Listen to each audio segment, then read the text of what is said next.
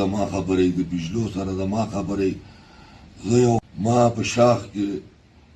کارون شاخ کې ټرانسفارمر ستنې لګولې دي ما باجوړو کې ستنې لګولې دي ما د چاچا خان کلی په ایساره کې چې دی هغې ته ما لګولې دي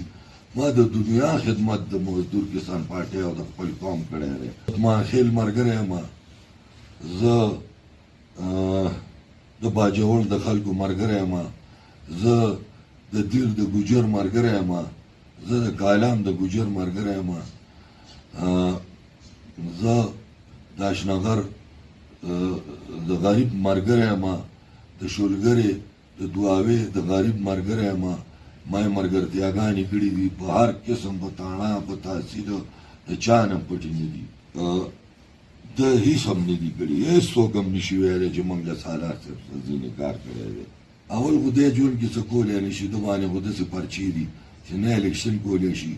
نه د قوم خدمت کولی شي او پکار دی چې مزدور کسان پارټۍ د ده نه لاس والي ځکه چې ده خرد طرف ته روانه کړې ده او هغه خو دومره ده نه چې کوم خلک د سره دي اوس یو بل سکیم راوتی دی د زمیندار دپاره هغه ما خلکو دپاره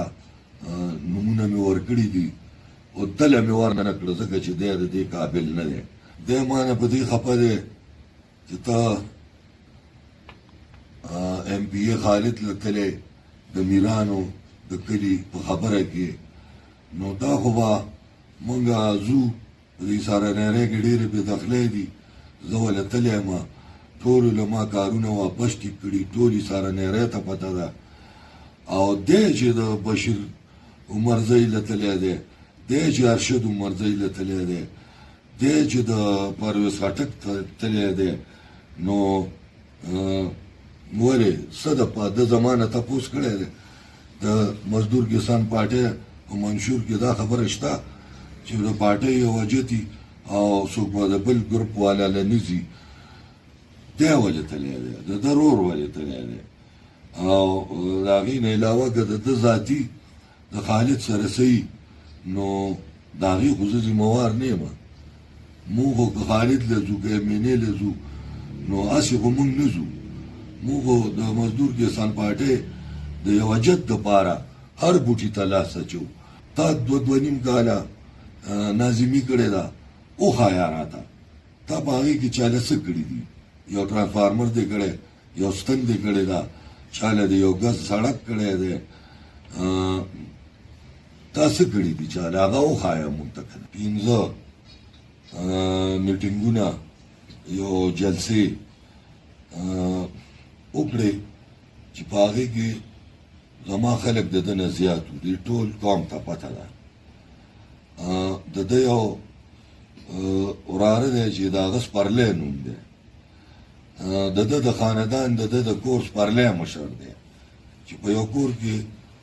کشر مشر شي د هغه کور به څه پالي دی ده ته سپرلی وایي چې دا د سره ملګرتیا مه کوئ دا زموږ نه پارټي نیسي ته د چا د څه کولو نه یې چې نه نو تا باندې پارټي څه کوي کې خلکو ته مشرانو ته عزیزانو ته به زه دا یوه خبره وکړم چې ما خو څه دې قوم له کړي دي د چا نه پټ نه دي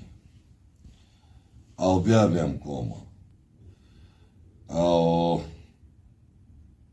ما له راشئ چې ستاسو ساجتي د نوکرو پیسې که هغه د بېدخلوي هر قسم خدمت چې که د بشلوي ما له راشئ زه بیا دله کوم دی نه شي کولی فیاض یې نه شي کولی او په بېدخلو کې زه د شپې په 2 بجې ولاړ یم دی نه دی ولاړ او نه یې رور راغلی دی ولاړ او نه دی اوس راتلی شي د باندې د هایکورټ یو فیصله ده چې دی په مردان جیل کې د اجارې کلي په کیس کې نو د لیکل هایکورټ له ورکړي دي دواړو ورونو چې مونږ به بیا په بېدخلو کې سنالو هغه لیکل پراته دي چې ټول قوم ته پته ده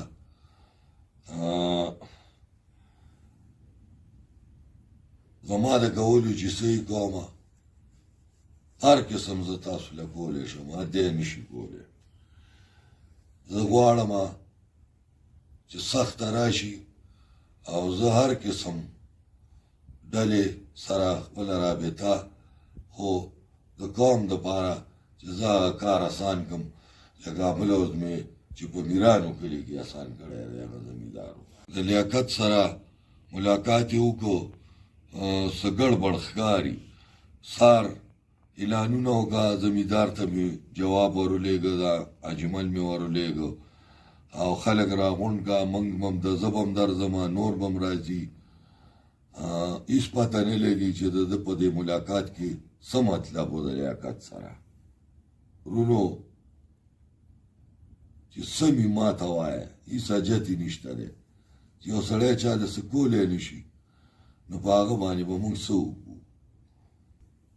نصرالله خټک ته دا وایم چې سار له په دې قوم وګرځه د دې قوم نه تپوسونه وکړه چې دی د دې قوم له ښه دی او که زه وله ښه یم او دی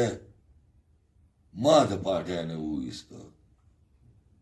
دی ما نشي ایستی دی ما د پارټۍ نه وویسته ډېره مهرباني خدای پاک مې عزت وکړه زه د دې قوم یو کشر یم خو په ما قوم ډېر ګران دی چې په دې قوم سخته وي قسم په خدای که ماله د شپې خوب خوند راکوي او زه د شپې په 2 بجې مو له ځان رسومه خدای پاک مې عزت وکړه آباد اوسئ ډېره مهرباني